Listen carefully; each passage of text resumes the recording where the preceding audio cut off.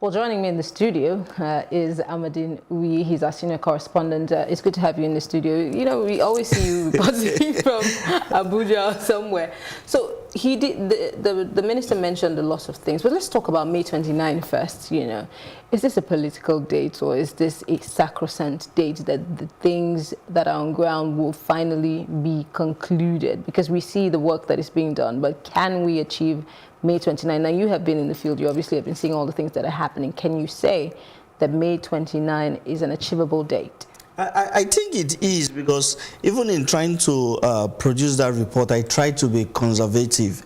Because if you listen to the Minister of Transportation, he was insisting that the CCECC should complete the Ibadan axis by April. We're on ground since last year. We've been going to the field. With PlusTVAfrica has followed the minister to several inspections. And if you look at the speed at which they have worked, in fact, at a point in time, the construction company was compelled to work day and night. So the federal government has told them that yes, it's a 3-year project, but we have our own timeline to Nigerian people. We want it to be that by so and so dates, that goods should be leaving the Nigerian ports and be terminating at the inland ports at Ibadan. I'm just curious, a 3-year plan, we're trying to shorten the timing. I'm guessing that the people who earmarked that time know that this is the best time to get it done properly.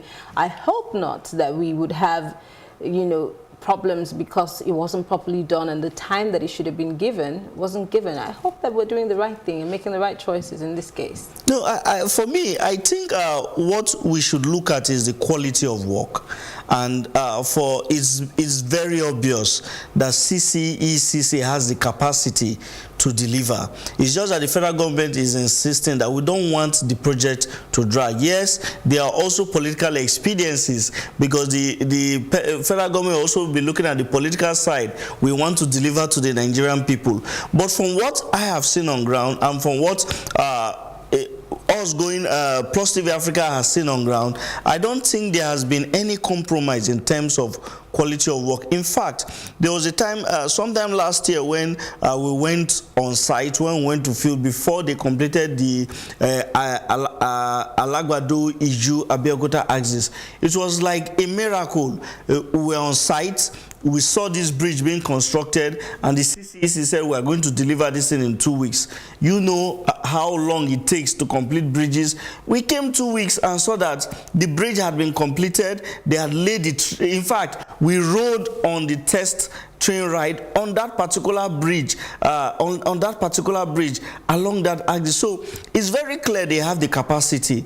If the federal government believes that for political expediencies we want to deliver this to the Nigerian people, I think it's the public that will benefit in the long run. Because of the congestion in Lagos, there is a need to see that the containers that land at the port are moved hinterland, so that Lagos will be free. So it's a win-win situation for everybody. Let's talk about the Ghanaian contingents that came to inspect some of the work that is being done by the CCEC. Of course, we heard him say he came with his team of young engineers to see how it's being done in Nigeria, and of course they want to also co-opt, you know, the services of CCEC. Let's talk about the West African corridor and how much this would benefit us as a country if that is being done anytime soon. You know, ironically, which is also upsetting, as a West African, I just don't want to talk as a Nigerian here. You want to travel by air to Gambia. If you are using Ethiopian Airlines, it takes you first to Addis Ababa, then takes you to Ghana. If you are using Air France just to travel to Togo, which is just beside you, it takes you to Paris, then brings you. So there's been this need, beyond integrating the economies of West Africa, which the ECOWAS has been pushing. There's been this need, because we are we are almost the same people, just very, very little differences. But does that not also border on how many Africans go to visit Africa? Because the thing is, businesses would not invest monies where they're not getting traffic. So maybe the traffic is leaving Africa to other parts of the world instead of Africa. Hence the reason why we don't have that corridor. Maybe no. I think the corridor was due to negligence from past governments. Now, the governments are saying that we need to link West Africa together. We share a distinct culture. You go to Togo, there are some parts of Togo that speak Yoruba. You go to Ghana, there are some parts of Ghana that speaks Hausa and Fulani. So you see that we are not so much different. But because the infrastructure has not existed before now, it's been very, very difficult for the people to integrate. You look at Lagos as well, they will tell you that Lagos has how many million people?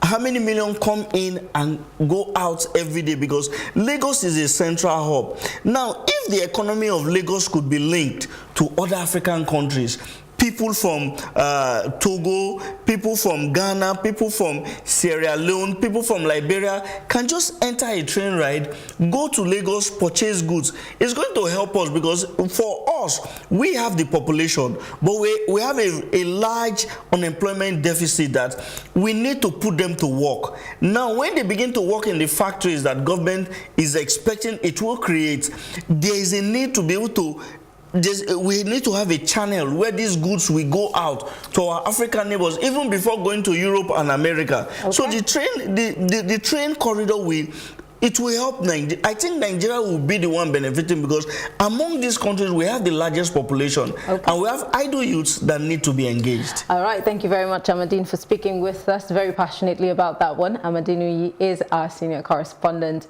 always reporting from Abuja.